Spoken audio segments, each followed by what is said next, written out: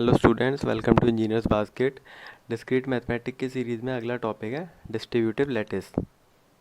अगर आपने last lecture नहीं देखा जो कि कॉम्प्लीमेंट ऑफ अ लैटिस था, तो सबसे पहले वो देखिए।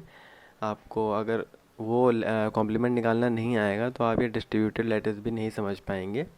तो रिक्वेस्ट करता हूँ कि आपको लास्ट लेक्चर देख के यहाँ पे दोबारा आए। तो इसकी डेफिनेशन क्या होती है? Lattice is said to be distributive lattice if for every A comma B comma C belongs to L. इसमें दो कंडीशन है। अगर ये दो कंडीशन किसी भी लैटिस में दी हुई वो होती है, वैलिड होती है, तो वो डिस्ट्रीब्यूटिव लैटिस होगा, अदरवाइज वो डिस्ट्रीब्यूटिव लैटिस नहीं होगा। कैसे? सपोज़ एक लैटिस दिया हमें, तीन एलिमेंट हैं ए बी सी, तो उसको तो हम इससे प्रूफ कर लेंगे, ठीक है। लेकिन अगर तीन एलिमेंट से ज़्यादा हुए उसमें, सपोज़ चार पाँच छः, तो हमें इसको प्रूव करने के लिए इससे टाइम लगेगा बहुत, डिस्ट्रीब्यूटेड लैटिस से। ये दो कंडीशन है, टाइम और एग्ज़ाम में टाइम की बहुत ज़्यादा अहमियत रहती है। तो इसका एक शॉर्टकट भी आगे बताऊंगा। सबसे पहले एक एग्ज़ाम्पल देखते हैं इन दोनों कंडीशन से, फिर उसके बाद आगे शॉर्टकट बताता हूँ आपको। सपोज़ ये हमारे पास लैटिस है जिसमें हमारे तीन एलिमेंट दे रखे हैं ए बी सी। तो सबसे पहले, हाँ, एक चीज़ और ध्यान रखना, आपको एग्ज़ाम में जब भी क्वेश्चन दिया जाए कि आपको डिस्ट्रीब्यूटेड लैटिस फाइंड करना है या ये डिस्ट्रीब्यूटेड फाइंड करना है, तो ठीक है, आप कॉम्प्लीमेंट निकाल दीजिए या फिर ये रूल में वो कर दीजिए। लेकिन आपको ये बताना हो कि वो हो है डिस्ट्रीब्यूटेड लैटिस है या नहीं है। बेसिकली एक ही, दोनों बातें एक ही हुई, फाइंड करना और निकालना, ठीक है। तो आपको अगर ये दिया जाए कि आप ये बताइए कि डिस्ट्रीब्यूटेड लैटिस है या नहीं है, तो आप ये मत फाइंड करिए कि है या नहीं है। आप ये फाइंड करिए कि वो नहीं है, क्योंकि वो ज़्यादा इजी पड़ता है उससे, ठीक है।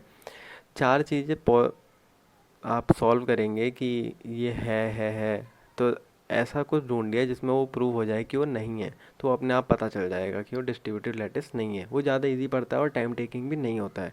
सब कहने का मतलब ये है। तो इस एग्ज़ाम्पल को देखते हैं। तो कोई भी एक पे ले लेते हैं, ए और बी। ए और बी का हमें क्या करना है? सबसे पहला क्या था?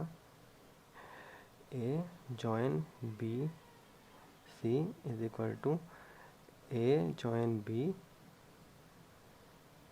Meet A join C. हमें ये कंडीशन में से फिट करना है, देखते हैं करके। तो ब्रैकेट को सॉल्व करते हैं पहले। बी मीट सी, बी और सी का मीट क्या है हम पे? ई है, ठीक है। तो ई हो गया, तो ए जॉइन ई हो गया, ठीक है। अब यहाँ के ब्रैकेट को सॉल्व करते हैं।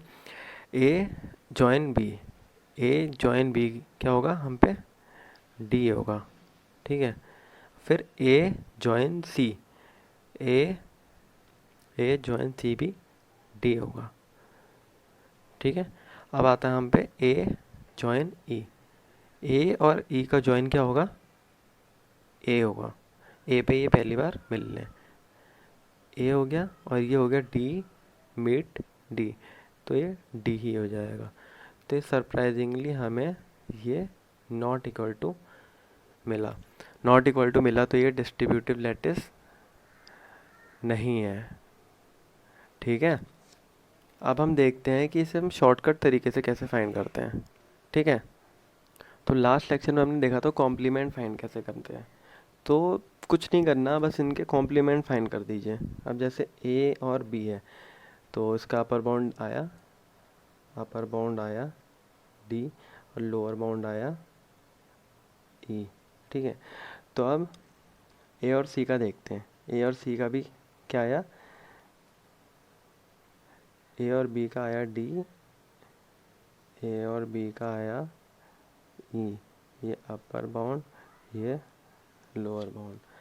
अब ए और सी का भी आया अपर बाउंड डी, और ए और ई का भी अपर बाउंड लोअर बाउंड आया, सॉरी, ए और सी का भी लोअर बाउंड आया ई। तो ए का कॉम्प्लीमेंट हो जाएगा बी और सी। अब बी कॉम्प्लीमेंट भी देखेंगे, तो ए और सी के लिए भी डी आएगा, ए और सी के लिए भी ई आएगा। तो बी कॉम्प्लीमेंट भी आपका ए सी हो जाएगा, और सी कॉम्प्लीमेंट भी ए और बी के लिए डी आएगा, ए और बी तो हमने पहले ही देख लिया, तो ए और बी आएगा। तो यहाँ देख सकते हैं आप एक से ज़्यादा कॉम्प्लीमेंट लाई कर रहे हैं। इसका मतलब ये हुआ अगर एक से ज़्यादा कॉम्प्लीमेंट लाई करते हैं तो आपका वो डिस्ट्रीब्यूटिव लैटिस नहीं है, डिस्ट्रीब्यूटिव लैटिस नहीं है। तो इसकी ट्रिक यही थी कि अगर आप पे अगर छोटा या मोटा ऐसा क्वेश्चन आता है तो आप तो सिंपल, अगर आप कॉम्प्लीमेंट नहीं निकाल पा रहे हैं या जो भी है, तो आप सीधे ये फार्मूला याद रखिए, ये दोनों पॉइंट याद रखिए, इन दोनों में आप डाल के देख लेना, अगर वो सेटिस्फाई ना करे तो डिस्ट्रीब्यूटिव लैटिस नहीं है। अदरवाइज़ आपको कॉम्प्लीमेंट निकालना आता है, अगर इससे बड़े क्वेश्चन है जिसमें डी ई एफ 2-3 वैल्यू और है तो आप सीधे उसका कॉम्प्लीमेंट निकाल दें। अगर कॉम्प्लीमेंट की वैल्यू 1 से ज़्यादा होती है तो वो डिस्ट्रीब्यूटिव लैटिस नहीं है। अगर वो अगर वो 1 होती है तो डिस्ट्रीब्यूटिव लैटिस है, और अगर वो नहीं भी होती है, कॉम्प्लीमेंट कुछ नहीं भी नहीं होता है, फिर भी वो डिस्ट्रीब्यूटिव लैटिस है। जैसे suppose A B C D E है, इसमें से ए बी सी और डी, हम इस सब के हमें कॉम्प्लीमेंट एक मिल गए और ई का हमें कुछ भी कॉम्प्लीमेंट नहीं मिला, तो वो डिस्ट्रीब्यूटिव लैटिस होगा। ठीक है, तो आई होप आपको डिस्ट्रीब्यूटिव लैटिस समझ में आ गया होगा। नहीं समझ में आया तो आप कमेंट में बताइए, डाउट है जो आपके, और अगर समझ में आ गया तो एक थम्स अप दीजिए, चैनल को सब्सक्राइब करें, शेयर करें। और हाँ, ये मेरी रिक्वेस्ट है कि आप लास्ट लेक्चर जाके ज़रूर देखें, how to find a complement of lattice. ठीक है, till then goodbye and take care.